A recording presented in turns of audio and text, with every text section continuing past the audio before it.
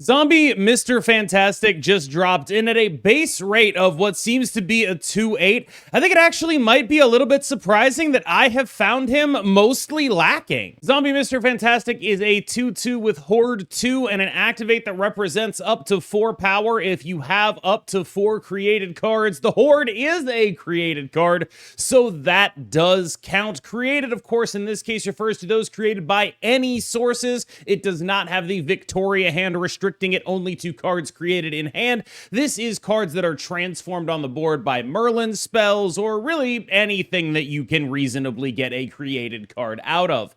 Now, all of that is to say this guy does represent a pretty decently large amount of stats, and that's a reasonable thing to do. But largely when I played him, I found that unless I was playing him just by himself, fully outside of the context of the Zombies package was asking a little bit too much of me to be able to answer all the various combo decks that exist in the format.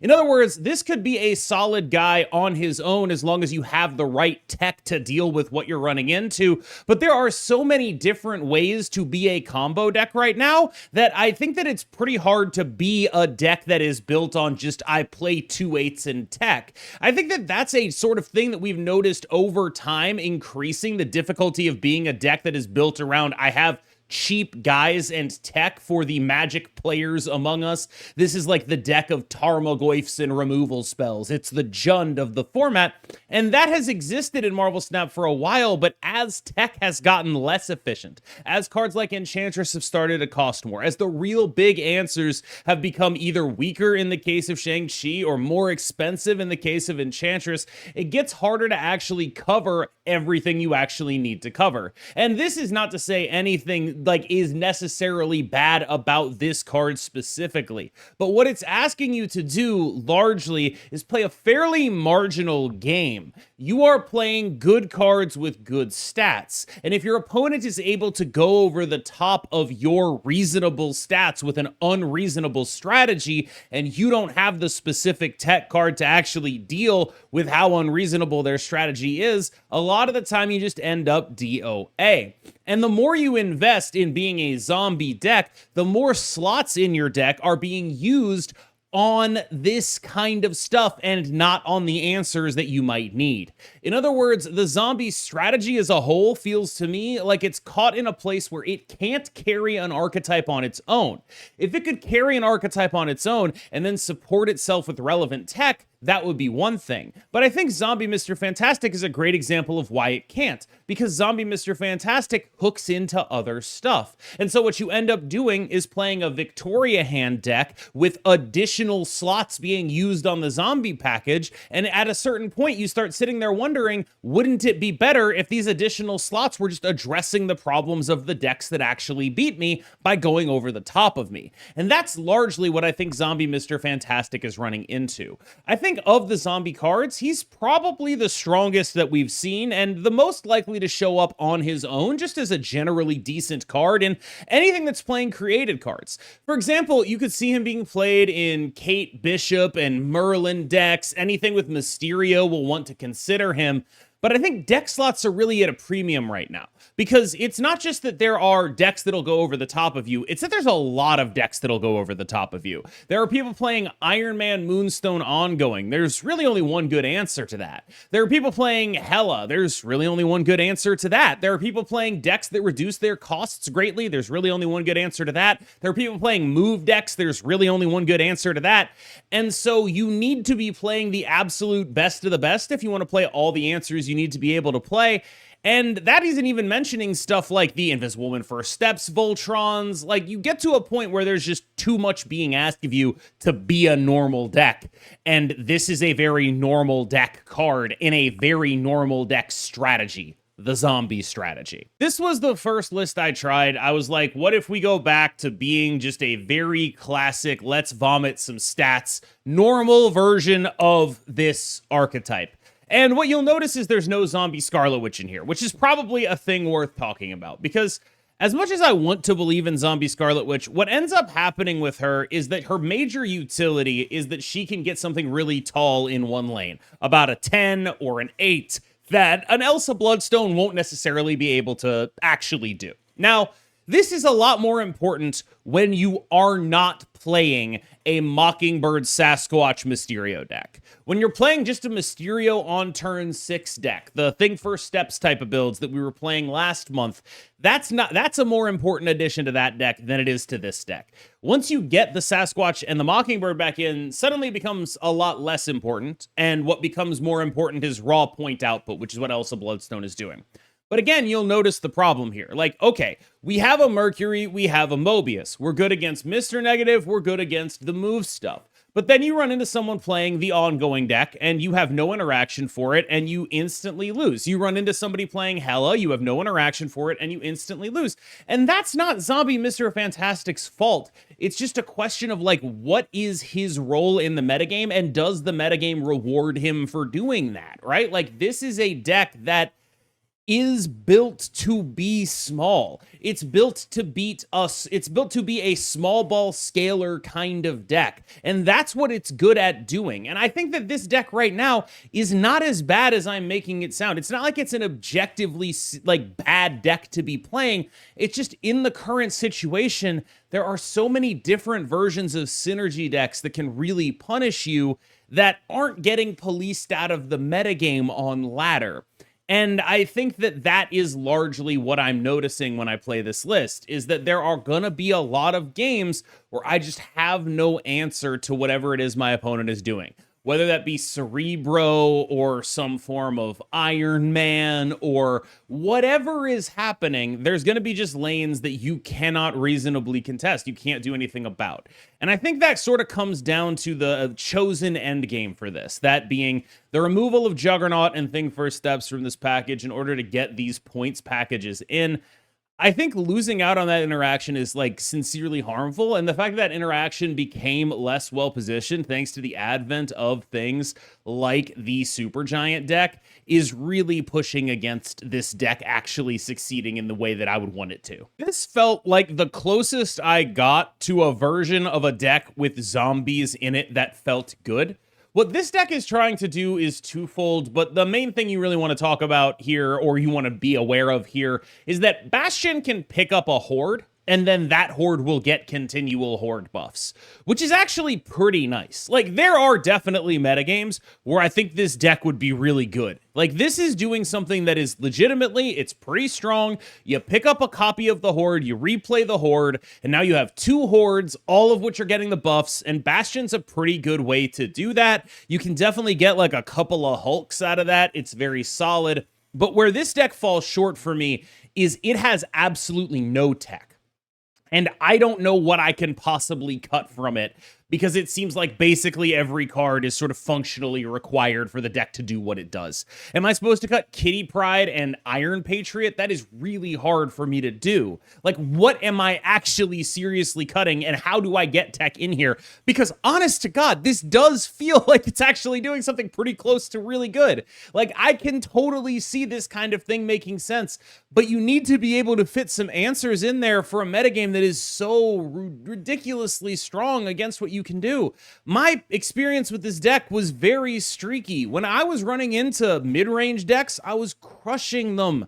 This is a great deck at beating other mid-range decks because it's not invested in having tech. But then you'd run into, I don't know, anything that goes taller than you. And this deck really struggles with board slots. It struggles with a lot of stuff. And without like a hard answer to those struggles like Juggernaut or like Thing First Steps, you kind of end up just looking at like, all right, well, I'm going pretty tall, but if my opponent is able to go taller than pretty tall, I have no ability to actually play the game. Like, you will lose if your opponent has like a big enough, I don't know, Ajax, a big enough Iron Man, a big enough Moonstone with a Captain Carter on it. You just have nothing for that. And that stuff is common enough that while this deck did feel like, oh, I'm finally doing something legitimately interesting with the Horde archetype for the first time in actually ever, it also sort of felt like this was the exact worst time to be trying to do that. This is Ika's Zombie Mr. Fantastic list, which is purely playing him for value, and I think this is kind of likely where he'll end up as a card. Assuming the zombie package doesn't see like some meaningful changes in the near future, I can very easily see him as like part of a sort of triumvirate of 2s with the Kate Bishop and the Merlin, because that kind of stuff, it's like, okay, I get it. There are created cards here. Merlin's going to evolve something. Kate Bishop's giving me arrows, and I'm just playing a 2/8. And that actually goes pretty well with all of what's going on here, right? Like, there's also other created cards that are happening here. There's, of course, the Hood goes in every Merlin deck. There's the Cersei that is going to be able to make created cards as well. This is a deck that I think is, again, like, it's actually doing something that I think is probably pretty legit. It's just not necessarily perfectly timed. Like, you see the Shang-Chi in there. It's just there, right? Like, there's one slot that we can use on tech, and that's the one that has been chosen. And I get it, but it's also just like, it's sort of hard to feel okay playing one of these decks when people are just running things that go very, very, very, very tall into you in a very, very, very powerful way. That kind of stuff is definitely awkward, and I'm not out on this. Like, I think that this is probably the most forward-facing version of this kind of thing, like, where Zombie Scarlet Witch is very much tied to the zombie archetype. I can absolutely see Zombie Mr. Fantastic just being a card that exists in this context. Like, you could very easily look to the future and see Zombie Mr. Fantastic, Kate Bishop, and Merlin as just like, oh yeah, people play those. I totally believe that that could happen. And I think this is a pretty interesting direction to go, because while it doesn't necessarily have tech disruption, having the Annihilus-based disruption of board slots is about as good as we can get in this kind of context, in a way that actually ties into what this deck is trying to do, with Cersei for Zombie Mr. Fantastic, with Hood for Merlin, and for Zombie Mr. Fantastic. It really ties in a way that I think is a pretty well-constructed and well-thought-out forward-facing take on what Mr. Fantastic can be doing. In a similar vein, I'd be pretty surprised if people just weren't chucking him into Thanos and Arishem. Like, I find it hard to believe that he won't find at least a home just doing that kind of stuff. But how much of a home is it, and how confident are we that it's going to be the best thing to do? I am fairly certain that there's some upside here, but Thanos is a deck that's stretched on board slots anyway. Arishem definitely is interested in this extra created card to discount your Mockingbird. It's just very, very clearly and straightforwardly a good thing to be doing in those decks.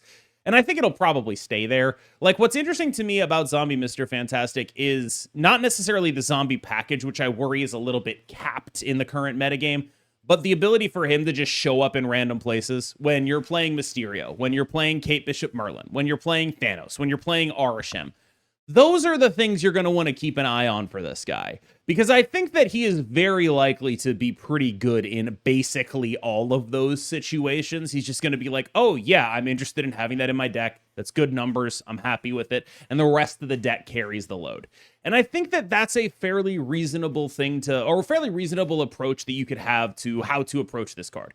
If you're going to get only one zombie card, I think he's by far the option you take, because the other zombie cards all stack with each other. He's the one that I can very easily see being a standalone card in whatever other archetype, as long as created cards are there for him to hook his activate into it. So the verdict on Zombie Mr. Fantastic is also, unfortunately, a verdict on the zombie archetype. Right now, I think the zombie archetype is simply not equipped to deal with what the metagame is able to achieve. It stacks in a very straightforward way, where so many things in the metagame stack in very multiplicative ways. Human Torch, Iron Man, Hela even, I would argue, is almost multiplicative stacking, or is functionally multiplicative stacking, because of how much bigger it is than anything you're doing with the zombie archetype. Fundamentally, the zombie archetype is built to be a small ball core, but right now it's not strong enough to be the core of a deck. It wants to be like the 5 cards you build around, and then you build the rest of your deck to customize for the metagame. But whether that's because they're too weak or because they just aren't all here yet, it hasn't been fruitful to build that way. And so they end up being plan B in decks that already have a plan A. So Thanos, Victoria Hand, things like that. Those decks already existed, and splicing that plan B in there in this metagame, I worry, makes them actually worse. It makes them less able to deal with the decks that go over the top of them, because they're invested in a secondary, not altogether all that powerful game plan. That is my basic feeling. Of the zombie cards, Zombie Mr. Fantastic, to me, seems like clearly the best in a non-zombie deck. This is not even, I think, a controversial statement right now. That guy is a 2/8 in Thanos. He's a 2/8 in Arishem. He's discounting your Mockingbird. You're just very happy to see him. You can run him alongside Merlin and Kate Bishop and whatever decks are doing that. I've seen people putting him in a Wiccan deck with Merlin and Kate Bishop. I thought about putting that deck on here, but fundamentally, I think Wiccan suffers from a lot of the same things that the rest of this stuff suffer from. I'm a Wiccan truther, and I didn't want my bias to overrule my good intentions here. Now, all of that is to say, I think the zombie package as a whole is a bit weak. It is not fulfilling what it needs to do. But of the zombie cards, Zombie Mr. Fantastic is the one you are overwhelmingly the most likely to be running outside of a zombie deck, and overwhelmingly the most likely to be good outside of a pure zombie deck. The guy represents 2/8 in stats. You just can't get too locked in or too tunnel visioned on the zombie part of him. All right, y'all. Thank you so much for watching. As always, I've been KMBest. You have been phenomenal. Remember to like and subscribe if you enjoyed this video. As always, I will see you in the next one. And thank you so much for making it this far in the video. Have a good one.